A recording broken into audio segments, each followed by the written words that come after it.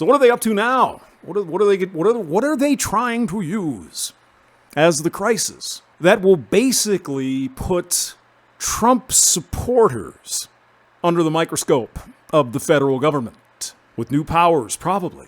Don't worry, though. It won't be unconstitutional or anything like that.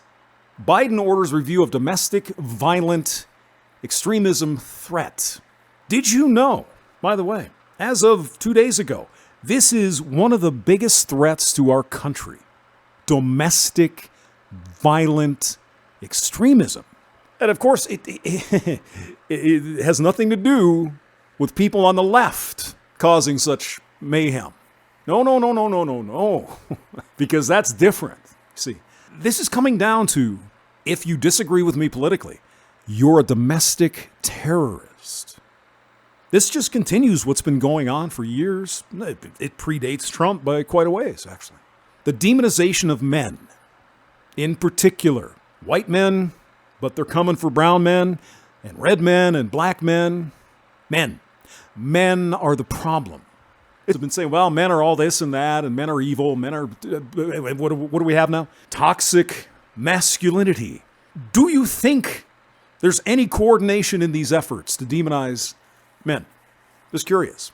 Do you know what they did to the National Guard? The men and women serving in the National Guard who took oaths to this country to protect and defend, including giving up their lives.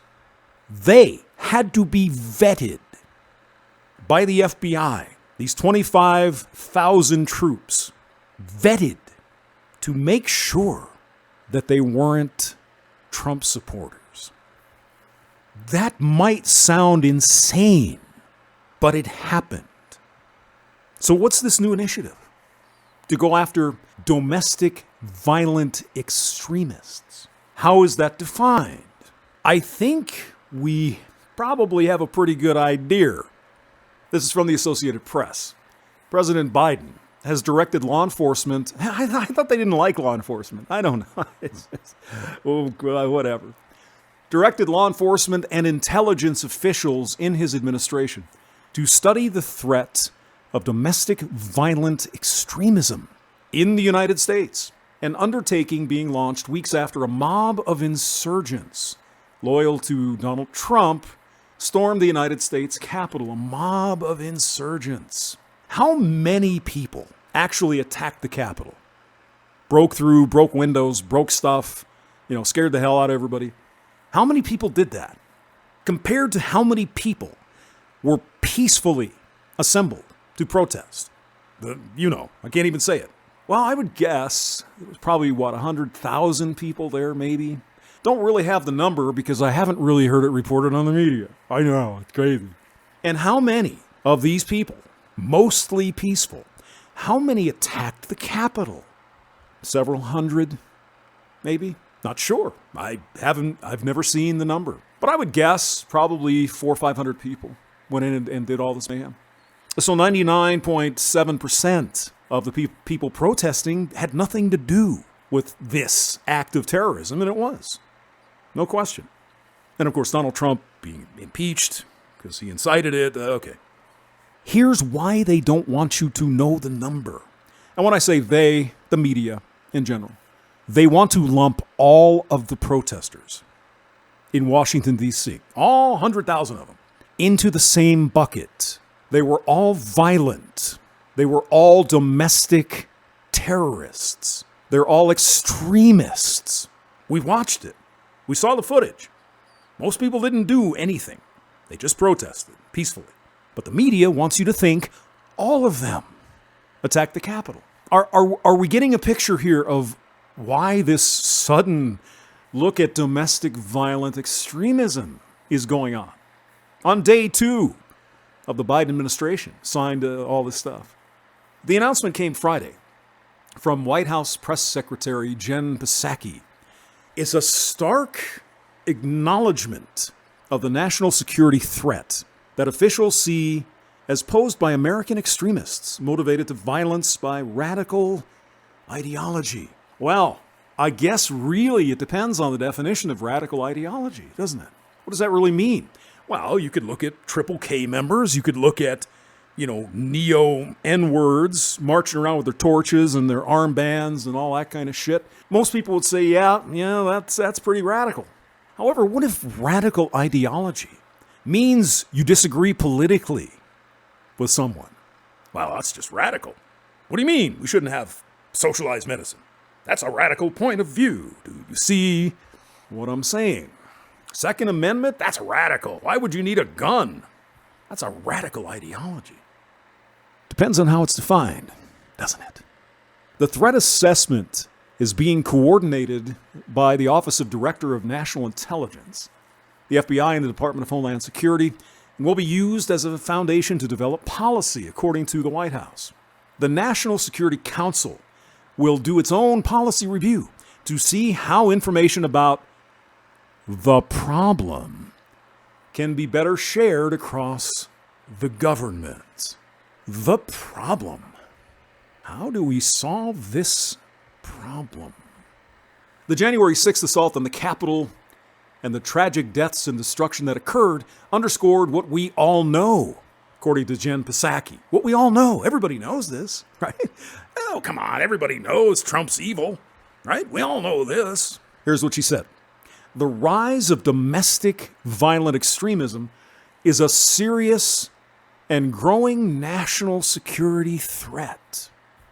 Well, I don't know what the numbers are, but I'm guessing if there's, several tens of thousands of these people, triple Ks, the torch carriers, the militias, and all this other stuff, 10, 20,000, that doesn't sound like a serious threat to national security.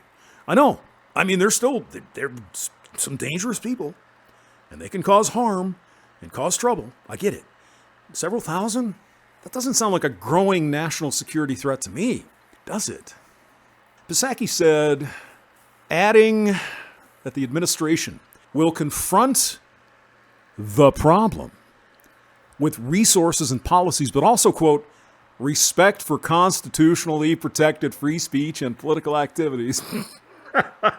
Uh-huh. Oh, I'm certain that's at the top of the mind of our government, especially against all these, Trump supporters, these extremists, terrorists. Asked whether new methods were needed, she said, more needs to be done. Does that sound familiar? More needs to be, it's always more, isn't it? F-botism did, but there's more work to be done. More needs to be done about the problem. That's why the president is tasking the national security team to do exactly this review on the second full day in office. Okay, Adam Schiff, Representative Adam Schiff, Democrat chair of the House Intelligence Committee, said it was critical, in scare quotes, that the Biden administration appeared to be prioritizing the threat of domestic extremism. And here's what Schiff said, and I think this kind of says it all, don't it? In particular, far right, white supreme pizza extremism, nurtured on online platforms, has become one of the most dangerous threats to our nation, according to Schiff. Notice anything missing in that particular sentence?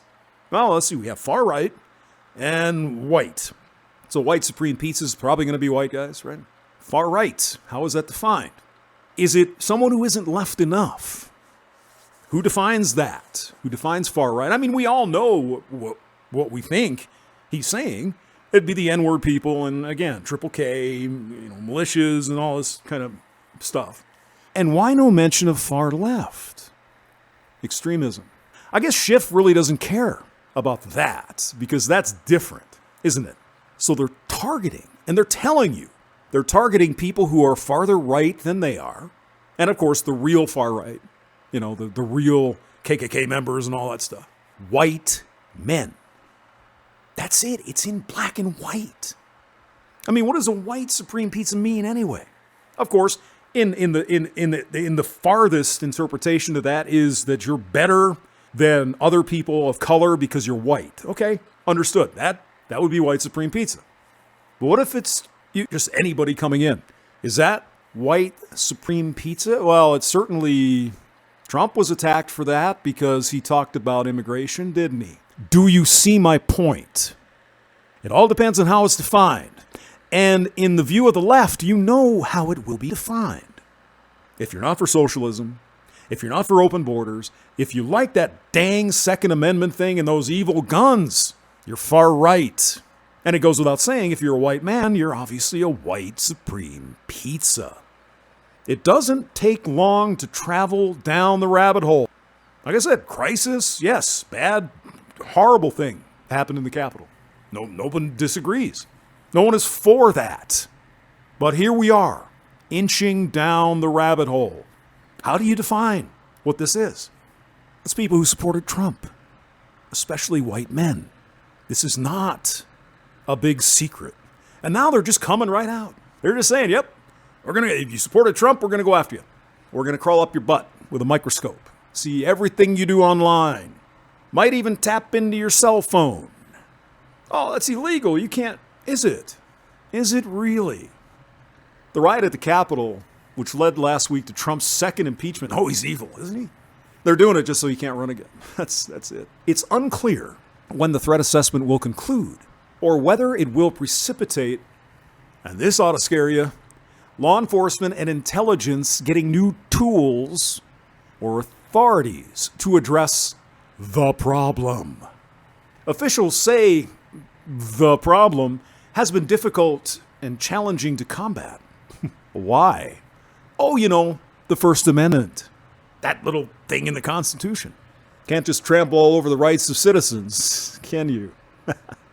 FBI Director Chris Wray said last fall, over the past year, the most lethal violence has come from anti-government activists such as anarchists and militia types.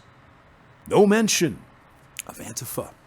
No mention of Major League Baseball. Nothing. Gee, I wonder if they're just going to go after Trump supporters. By golly, it certainly looks that way, doesn't it? Oh, and they point out here at the end of the story, there was some dude in this crowd at the Capitol wearing the Camp Auschwitz shirt, which obviously is not good, right? He's wearing that. People identified in court as something, and members of militia groups. Of course, the vast majority of people weren't wearing Camp Auschwitz shirts, were they? They weren't part of a militia group. They weren't conspiracy theorists. They were there constitutionally to protest. Such is the right in the First Amendment. But never mind. All the people there were wearing Camp Auschwitz shirts, tiki torches, guns, Confederate flags, N-word flags. Every single one of them. That's, of course, what they want you to believe. And even if you can see it with your own eyes, they will still say, "Thus is true, and you shall believe." Or maybe you're just suffering from a radical ideology. Link below. James Maxwell. Thanks for listening.